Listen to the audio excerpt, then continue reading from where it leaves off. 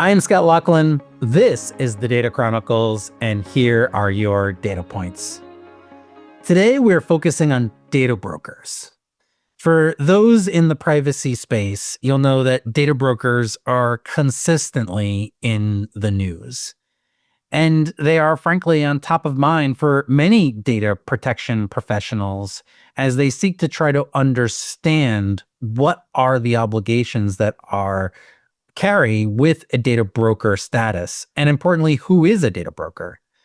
It also is the case that data broker laws is one of the most misunderstood areas of data privacy, which sometimes people think of as more recent trends. But if you were to look historically, these issues go back to the 1970s. So on today's episode, I want to focus on some core questions in this space. What exactly is a data broker? And what does it mean, both legally and practically, to be a data broker? And then finally, I want to talk a little bit about why data brokers are subject to such intense regulatory scrutiny and public concern. Now, want to get one key insight up front. One of the biggest challenges that many organizations have is they don't frankly understand who qualifies to be a data broker. And that is for good reason, because these laws that define data brokers are quite broad and sometimes can pull in many organizations who don't frankly consider themselves to be a data broker, or certainly didn't intend to be a data broker. But once they become a data broker, a range of legal obligations attach, along with meaningful compliance and enforcement risk. So that's what I want to unpack on today's episode. We'll focus on the data broker definitions, how they're evolving, where the risks arise, and where organizations should be paying attention today. To help sort through all of this, I've asked two of my colleagues from our data, privacy, and cybersecurity practice at Hogan Lovells to join the podcast. Khalid Moad, Sophie Baum both spend significant amount of time advising clients on data broker issues, and they're key members of our team.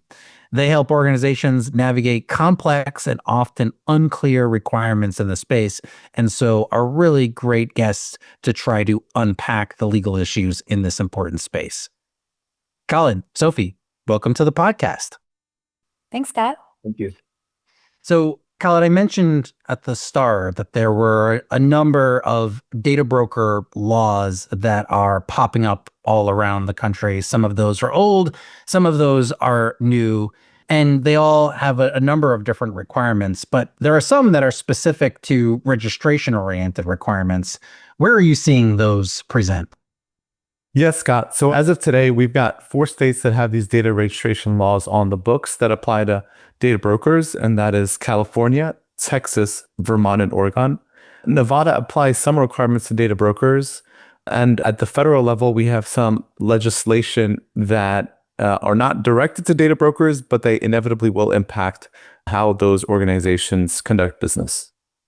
Yeah, I mean, it's interesting that this set of laws really kind of continue on with this theme in the United States, and that they are not kind of generally comprehensive, and they're focused on a specific player or specific entity inside of what we think of as the data ecosystem. Our data kind of moves around with all of the various entities who want or need that information. Sophie, from your perspective, we have these handful of laws at the state levels. What are they trying to generally accomplish?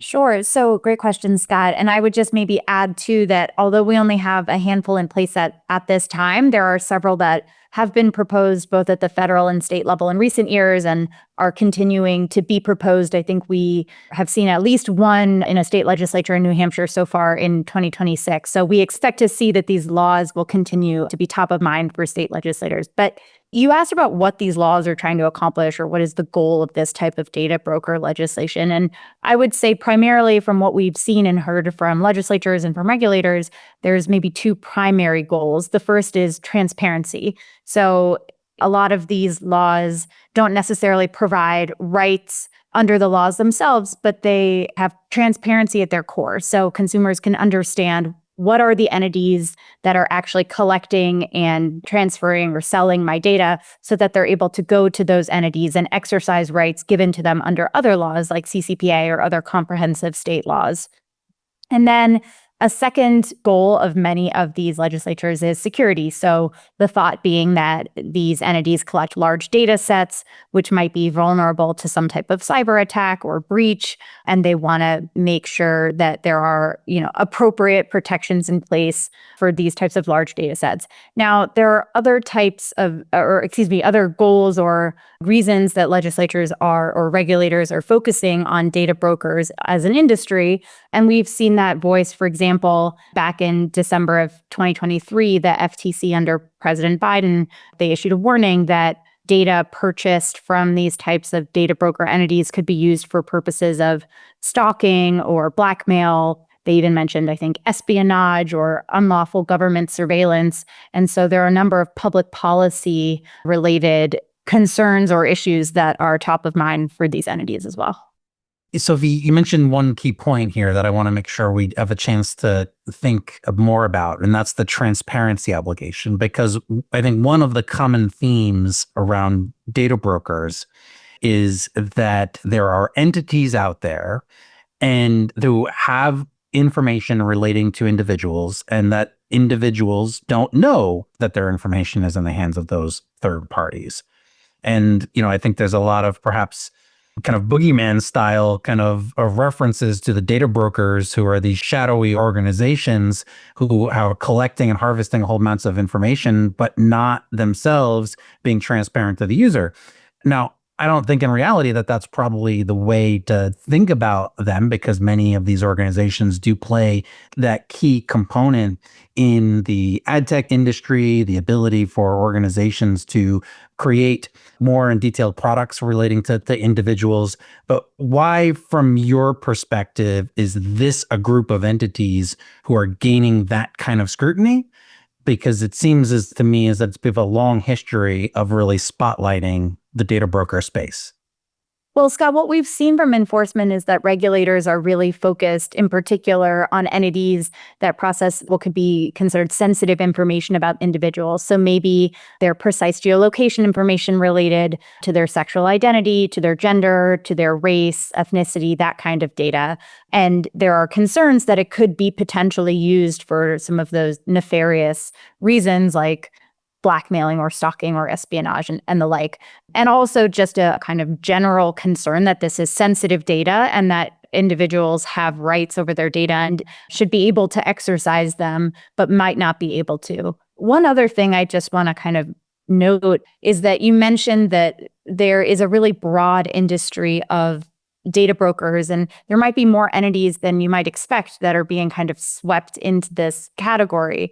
And one effect of that is almost if you call everybody a data broker, then the label can become a little bit meaningless in some sense. We're seeing this, for example, with CCPA. If you call every type of data transfer a sale, when it means something a little bit different than what consumers are kind of typically accustomed to understanding a sale to be, the label becomes a little bit meaningless and consumers can be a little bit less sensitized to it. So I think that's an interesting element of what we might see play out over the next couple of years as more of these laws are adopted. Yeah, I'm fascinating. And God, I'm interested in your perspective on, how these laws are defining who a data broker is, because, as I mentioned, and I continue to see like this long history and scrutiny around, what it means to be a data broker, the definition itself seems to be evolving, right? If you were to look at the earliest example that I recall in the United States, at least, of laws that focus on this is FCRA, right? That, if you were looking at a law that's specific to targeting credit bureaus, because they're collecting large amounts of information relating to Scott Laughlin. And so that whenever Scott applies for credit, that information is pulled and then being used by a lender or another financial institution to make credit related decisions. And individuals need to have visibility that information is there, some consumer rights to be able to correct information, transparency, a lot of the types of stuff that we're talking about data brokers. And now probably the conversation has shifted well beyond what we're thinking about consumer credit bureaus, and now thinking about a larger set of entities, some of which probably don't ever see themselves or even talk about themselves as data brokers. So, Khaled, how are we seeing the scope of these laws apply to specific entities? Yeah, that's right. Fundamentally, a data broker is an organization that is involved in selling or licensing personal data regarding individuals from they do not have a direct relationship. Now, for organizations that have that think of themselves as data brokers, this is easy for them to conceive. These organizations aren't engaged directly with data subjects, and they may collect personal data and then license it to third parties, and that's their business model. They've been doing this for a very long time. But you can see that with the scope of these definitions, it can get fuzzy. So. If you think, for example, about an organization that has a lot of its own first-party data, but then also matches that data with data that it sources from a third party to enrich a data set or to create a particular profile about a data subject, and then engages in sales or licensing, it appears that at least some regulators, perhaps in California, may consider that to be data brokerage.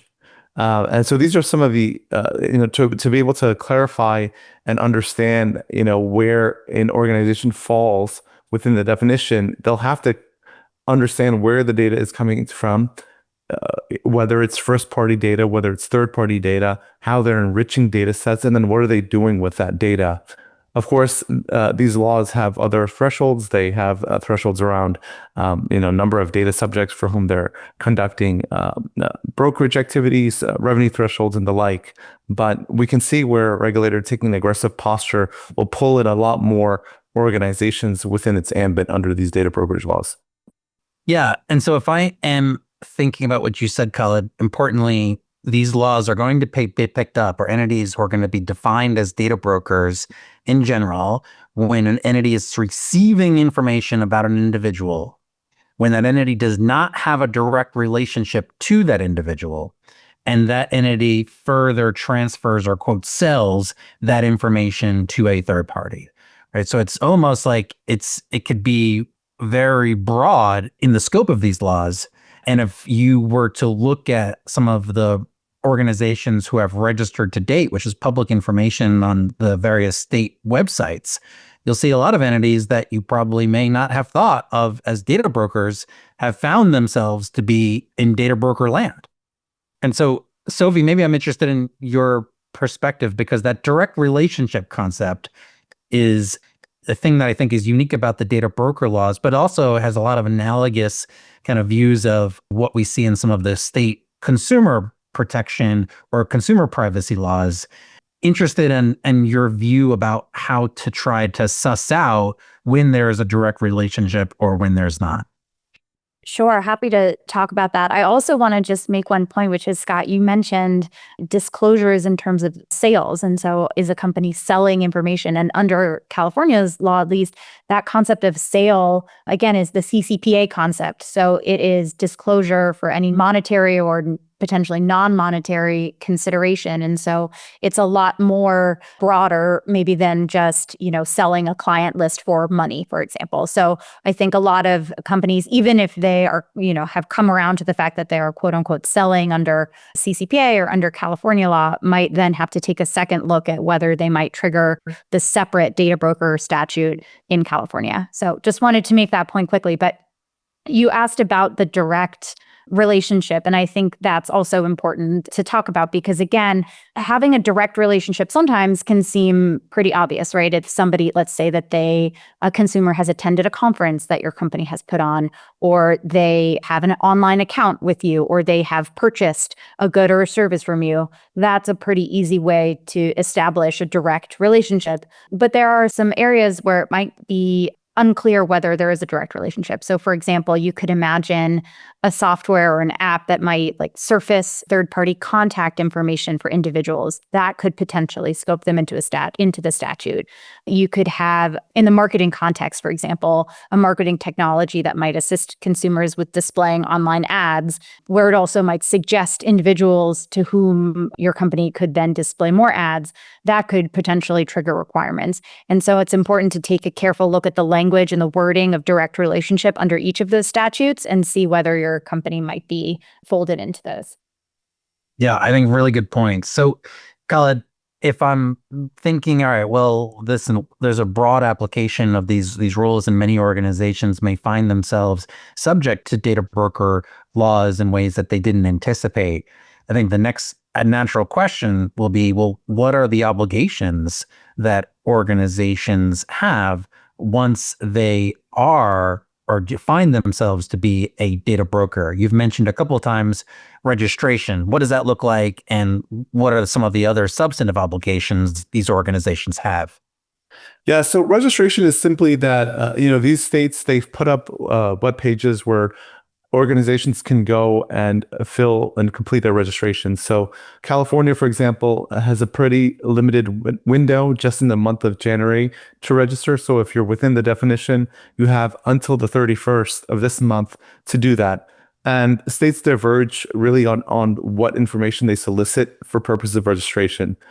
Now, California looks to match its brokerage registration law with a very powerful consumer right, and that consumers will have a way to manage their online personal data hygiene, be able to communicate a data deletion or opt-out through a one-stop shop. And that's through a website that has gone live just this month under the Delete Act. And consumers can go on that webpage and request that their data be deleted, and that request will be broadcast to all the data brokers that are registered with the state. Those data brokers have affirmative obligation to check that website and match their list on a regular basis, every 45 days, in fact. So data brokers fundamentally in California have to operationalize actual requirements aside from completing the annual registration.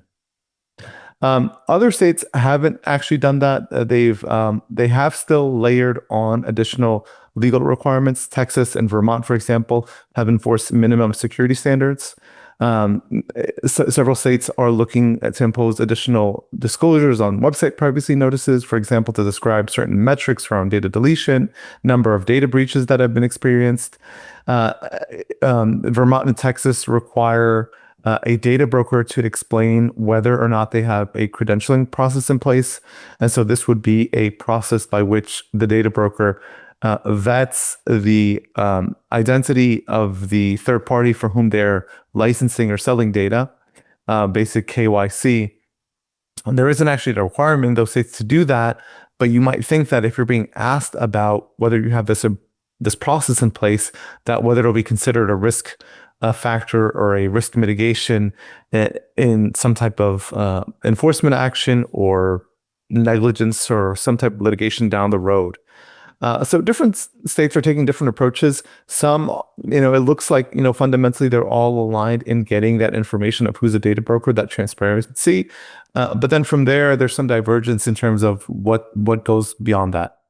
Yeah, I think really interesting to see how this space is evolving. And one of the things that we have also seen over the course of the past year and a half has been that the laws have developed a national security angle too, because we've seen two a set of laws, one being a set of regulations adopted by the DOJ, another law passed by Congress for PADFA that have really focused in on data brokerage transactions as being a core component of what they're looking to regulate, but not really for purposes of bringing additional transparency to users, to being able to provide a centralized opt-out mechanism to really further consumer interests, but instead really focused on how that information may become accessible to countries of concern, or in this case, namely China as being kind of the business example where this is coming into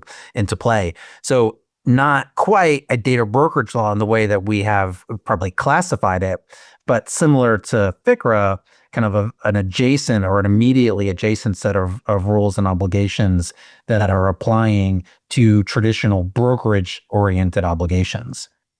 So maybe as I kind of think about where this is going, we have these laws that are popping up, all different types of obligations with a number of areas of motivation behind them. Sophie, we actually have starting to see some enforcement, especially at the state level recently. What does that look like? That's exactly right. There has been enforcement both at the federal and state level. I think maybe we're close to the Olympics, so I think I would probably give the silver medal for enforcement to Texas and maybe the gold medal to California, just going off purely number of enforcement actions here. But we've seen fairly consistent enforcement in California in the last couple of years. So if you had, I think, maybe 4 or 5 enforcement actions in 2024, and then more than 5 in 2025. And so we've even seen there was an investigative sweep of data brokers in 2024 that resulted in a number of enforcement actions. And then in November of 2025, California announced a data broker enforcement strike force within its enforcement division. So they have the stated goal of investigating privacy violations by the data broker industry. So you can tell that they are really focused on this issue. So far, we've seen enforcement action settlements to the tune of around $50,000. But more recently, we've started to see some really targeted injunctions as well. So in a January 2026 settlement, in addition to a $45,000 fine, the California Enforcement Agency said that the company, which was actually not a California-based company, I believe it was a Texas-based company, said that they would be banned from selling Californians' personal data starting on December 31st. And it also required the company to delete Californians' personal data that it had previously purchased. And so we're starting to see, I would say, maybe more aggressive enforcement. And I expect with the data broker registry window closing, that we'll start to see even more investigation or enforcement coming out of California with respect to entities that the regulator thinks perhaps should have registered, but that they don't see on that list. We also continue to see enforcement at, again, the federal level. Was significant. There was a settlement that was initiated back in, I think, 2023 and just recently finalized late last year, where the settlement order against 2 companies banned them from selling sensitive location data. It required these companies to offer opt-out mechanisms to individuals. And for at least one of the companies, they were banned from misrepresenting how they collect, use, delete, disclose personal information. And where we've seen the FTC in particular really targeting is, again, sensitive data. So location data related, for example, to health clinics, religious organizations, correctional facilities, labor unions, any type of geolocation data that could suggest sensitive data about individuals. So all to say, I don't think we're going to see a slow of enforcement either at the federal or the state level heading into 2026. Yeah. And in some ways that, at least in clients that I talk with and organizations I speak with, is maybe their biggest concern with these registries. It's not so much necessarily being either transparent or creating the right types of mechanisms for individuals to exercise rights. It is more that you are signing up to a list of organizations that the regulators in many states and law enforcement in many states are deeply skeptical about.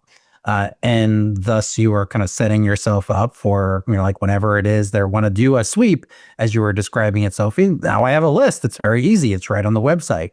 And it's not only on my website, but it's on other states' websites. In which case, in some ways, the concern is not necessarily the substantive concerns. It is more around that you create a target for you when you're on this list, especially when organizations may not think of themselves as a traditional data broker, but as a technical measure are. But they are also then added to a list of more traditional data brokers who are doing much more intensive processing of personal data in the way that the regulators are super concerned about. And Scott, maybe just to add to that point, there's consideration around how an organization fills out these registration forms. They're actually quite robust. They solicit quite a lot of information regarding an organization's data processing practices, whether they collect sensitive information regarding minors, whether there's a credentialing process in place. So we'll actually have to do some type of exercise to collect that information, think through how they want to present it, because it's going to be directly available to that regulator. And so, part of that is going to be conducting some type of data mapping and thinking through the scope of data brokerage practices that they're engaged in. And that process itself, that registration process, could easily become a pressure point and a potential risk factor in itself. I think that's exactly right. Well, I think Sophie, as you probably ably predicted, there's probably much more going to happen in this space. And I know you and Khaled are tracking it closely. So really appreciate all of the insights and that you've brought to the audience today. And I'm sure there'll be future episodes on the same topic. Thanks, Scott. With that, I'm Scott Laughlin. This is the Data Chronicles, and those were your data points.